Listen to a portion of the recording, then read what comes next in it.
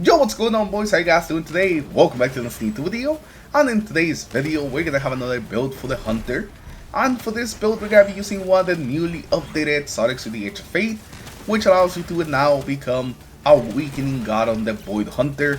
We're gonna be able to apply so much weaken with pretty much everything that we have: our weapon, our grenade, our melee. And every time that we kill a weakened enemy, we're gonna make even more weakening explosions, just continuing the weaken over and over again. And on top of that, the build's also going to make a lot of orbs, as well as void breaches, and give you a ton of invisibility, as well as some devour. So if you guys are looking for a good void build that uses some of the newly buffed exotics, then this is going to be the perfect build for you. So hopefully you guys enjoyed today's build, and if you do, remember to leave a like and subscribe to the channel in case you guys haven't already for some more builds. So now let's get into it, and let's start with the main thing that makes this build work. Let's take a look at our exotics. Now for our exotic piece of armor, and the main part of this build is gonna be the newly buffed Kepler's Sting. Now this is not really a popular exotic at all. I'm sure most of you guys even forgot this exotic exists, but I did get some updates with the Edge of Fate, and now this is an exotic perk. Whenever you defeat a weakened target, it releases a burst of weakening smoke, and it refunds smoke bomb energy. So no longer is it tied to you meleeing things, it's essentially now used a weakening extender exotic. And this exotic is the reason that we're going to be able to just chain weaken over and over again, because as long as we keep killing weakened targets, we just keep making more weakening clouds. And on top of that, whenever we defeat some weakening targets, we also get some smoke bomb energy, and the amount of energy you get is a lot. It's definitely quite a lot, so you're going to be able to throw your smoke just pretty much whenever you want. Now for the weapon, I consider a bunch of different ones, but I ended up settling on the third iteration. This thing is just so good this season. It does so much damage, even in some of the endgame content. As long as you're charging up the shot, it's gonna be doing so much damage. And since it's a new weapon, it's also a feature weapon, meaning that just down its own also gives it more damage. So I really been enjoying this weapon, but the one downside of this weapon is that for it to really work with this build, you need the catalyst. And what the catalyst gives this weapon is that every time you get some precision final blows with a charged shot, it's gonna release the weakening blast, just allowing you to weaken things from pretty far away. Pretty much any range that you can hit something with a scout rifle, you're gonna be able to weaken enemies. And once you get at least one weakened enemy, then you can just keep chaining that weaken thanks to our exotic piece of armor.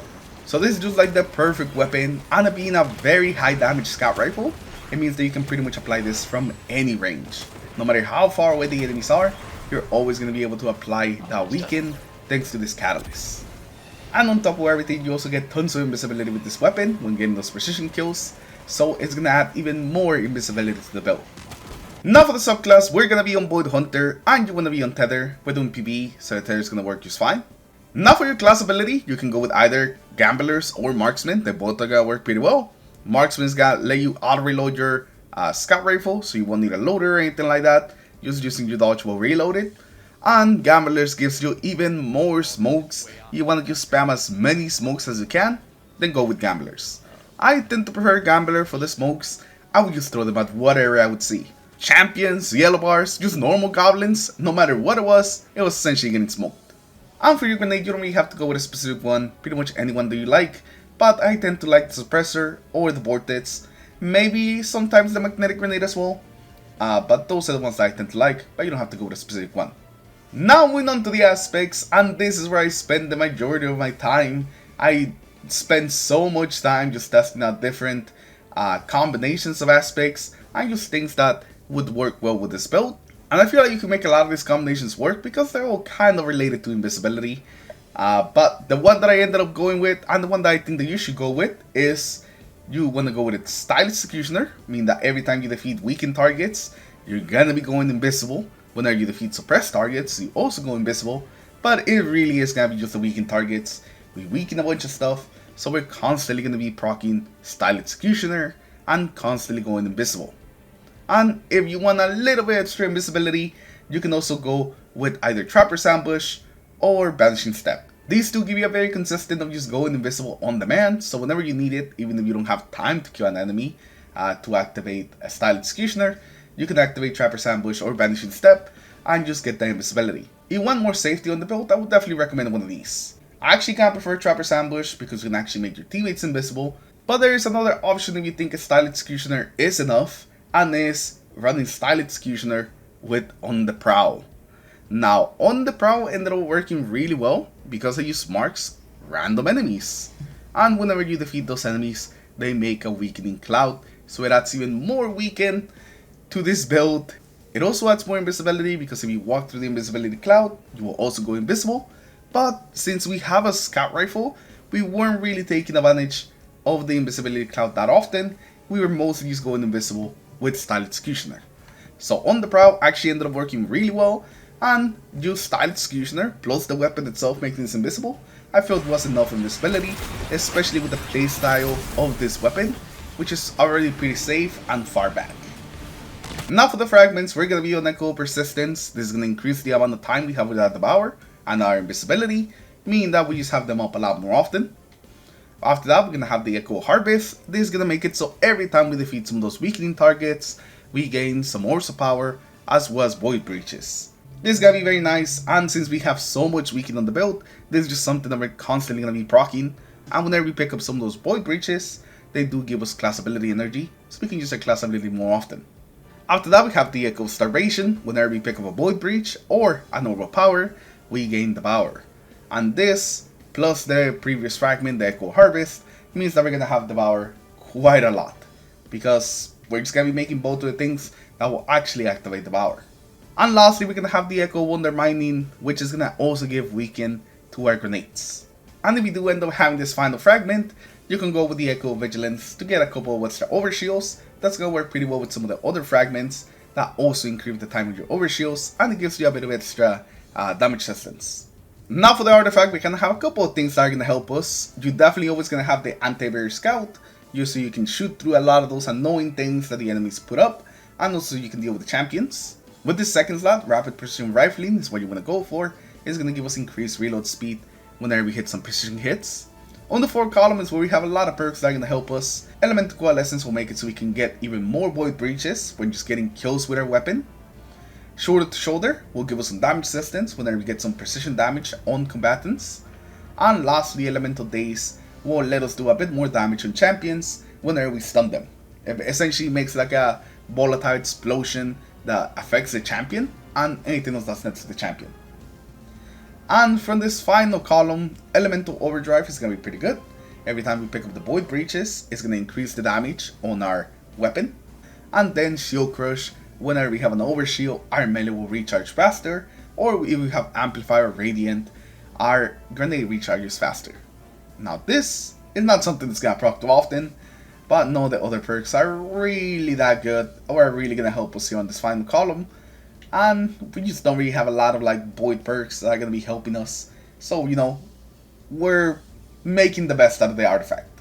Now for the other weapons you want to pair up with this build, you don't really have to go with anything specific. I just had a machine gun and a fusion rifle, and that's pretty much it. Just match them to the champions, and you'll be in a pretty good spot. And for this build, you want to have at least 70 melee. You can have a little more if you want even more smokes, but I feel like 70 is just good enough. But you still get a bunch of smokes without having to overcommit on the melee stat. But besides that, you want to focus on, you know, the usual things. Super, class, grenade. Those are the main stats that you're going to want to. As long as you have 70 on your melee stat, you can go with any of the other ones. And this is how we have the mod set up. On the helmet, we have Harmonic Siphon, Heavy Ammo Finder, as well as Special Ammo Finder. On the gauntlets, we're going to have Focusing Strike, Impact Induction, and Momentum Transfer. So whenever we do some damage with our melees, it's going to reduce our grenade as well as our class ability cooldown. And whenever we do damage with our grenade, it reduces our melee cooldown. For your chest piece, we mostly use our resistances, Concussive Dampener, Sniper Resistance, and also you can go with either Void Resistance or Harmonic Ammo Generation, meaning that our Scout is just going to regen more meter so we can get more special and more heavy.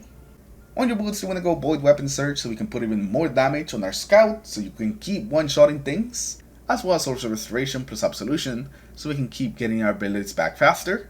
And lastly, for the class item, you want Reaper, Outreach, as well as Bomber, so every time you use our class ability, afterwards we can make some more power, and it also regens our melee and our grenade.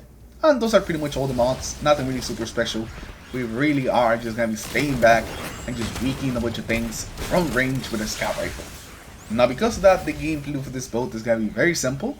All we have to do is just get one headshot kill to really get the chain of weakening started. As long as we can get one headshot kill with a charge shot on our scout rifle, it really gets everything going. And technically you don't really have to do that, because if you just throw a smoke at something, kill it, and it's gonna start spreading the weakening. And because we have so many smokes, do not be afraid to just kind of throw your smoke out there. You're gonna be getting it back so quickly that it's not even worth holding on to it for more than a couple of seconds. Whenever you dodge, you'll get it back. Whenever you get some kills, you'll get it back.